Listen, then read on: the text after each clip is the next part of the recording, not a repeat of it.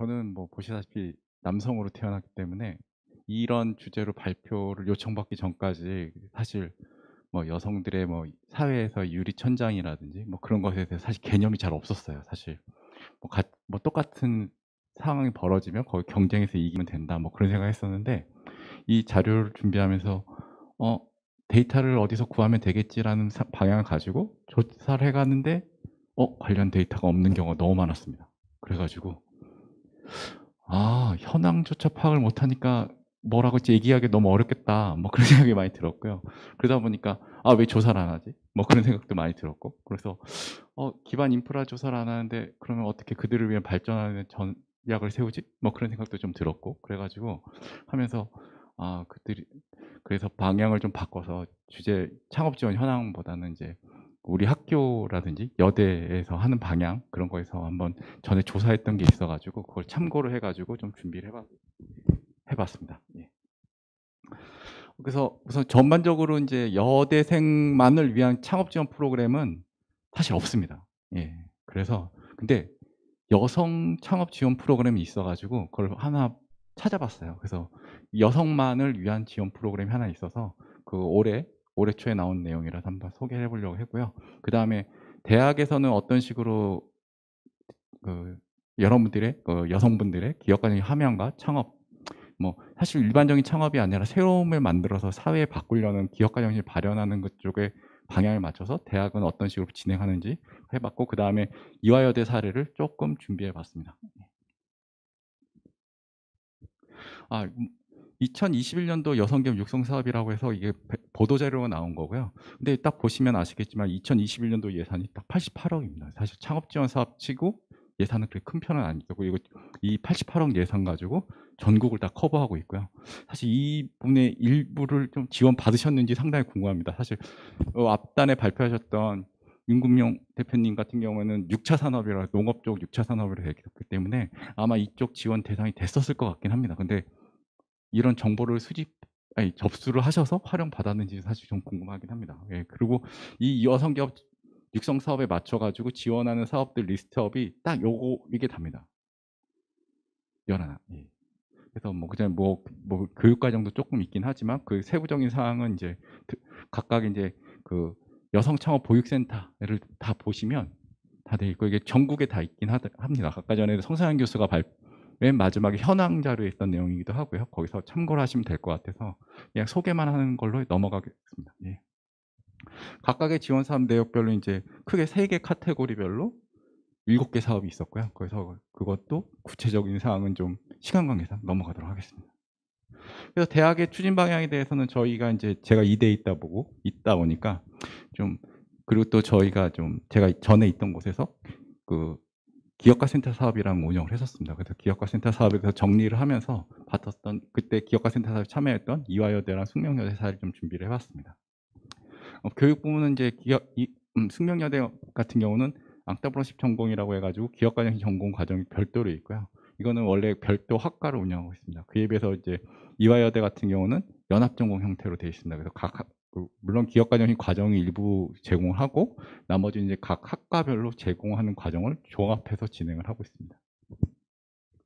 근데 실질적으로 이 과정을 보면 이화여대랑 숙명여대 다 보면 전반적으로 그 기업가 센터 사업에서 그 정기 교과 과정 말고 전반적으로 딱 봤을 때 내용이 다 네트워크 구축에 집중되어 있음을 알 수 있습니다. 그래서 모든 사업이 어딘가에 뭔가 사람을 연계해서 하는 형태, 그런 형태가 되어 있고, 그 방향성에 대해서 인제 많은 내용들이 이제 몇 년도 진행된 내용이 있는데 거기서 다 우선 넘어가도록 하고, 이거 방향성이 왜 이렇게 됐는지에 대해서 개반적으로 생각을 해 보면 실질적으로 이제 여대라는 특징, 사실 여대에 나오는 지원 프로그램은 다 여대생을 위한 프로그램이 아니겠습니까? 여대에 있다 보니까 그 사람이 인제, 여러분 이제 아시겠지만 내 주변에 있는 사람들은 나랑 성격이 비슷하거나 성향이 비슷하고 그렇습니다.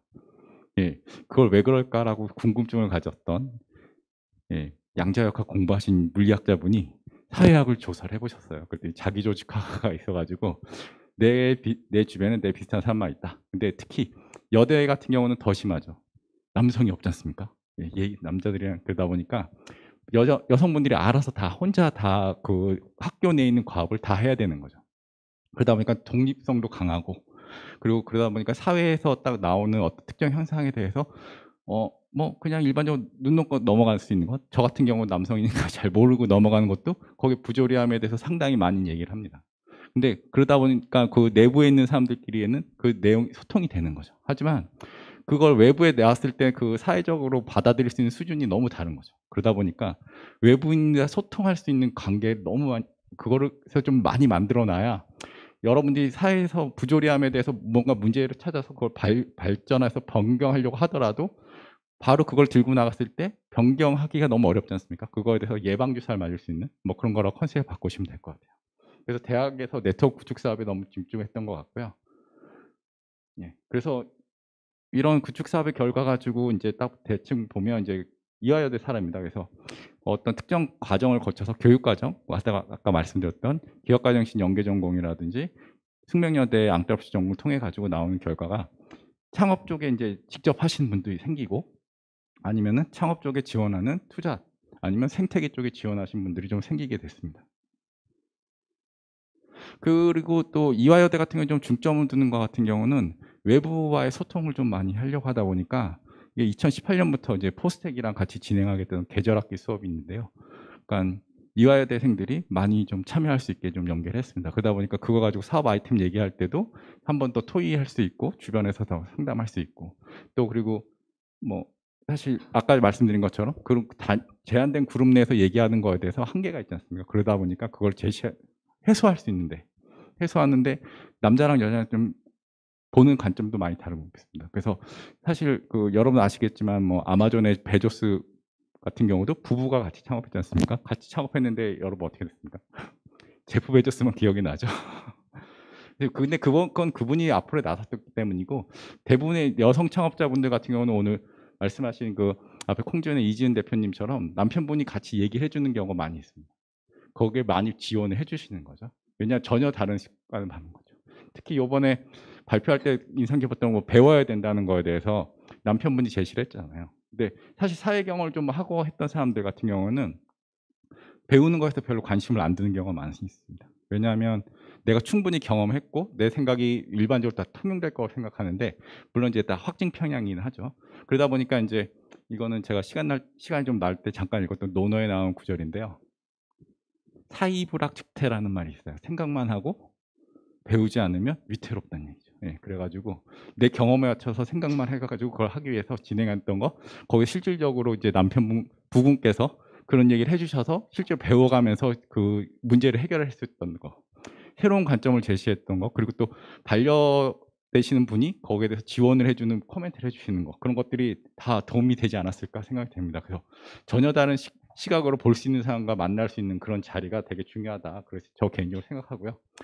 사실 이화여대 사례 가지고 뭐 여성 창업 얘기할 때 이화여대 좀 많이 나옵니다. 뭐 사실 뭐 정리가 조금 문제가 있었던 환경이 생활과학부터 해가지고 지금 뭐 헤이 조이스라든지 루키 캠퍼스라는 이런 그 지금 사회적 기업 형태로 지금 운영되는 이런 회사, 그리고 지금 기술 창업 기업인 뭐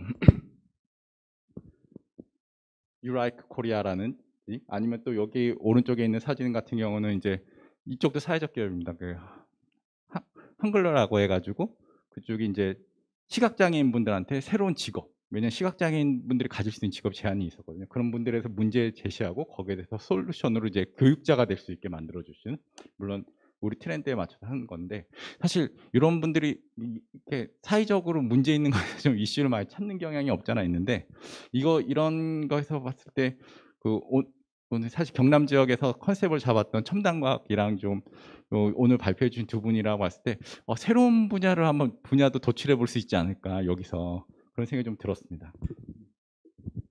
시간도 이렇게 제가 딱 맞춘 것 같은데요. 이걸 마치고 앉도록 하겠습니다. 예, 고맙습니다.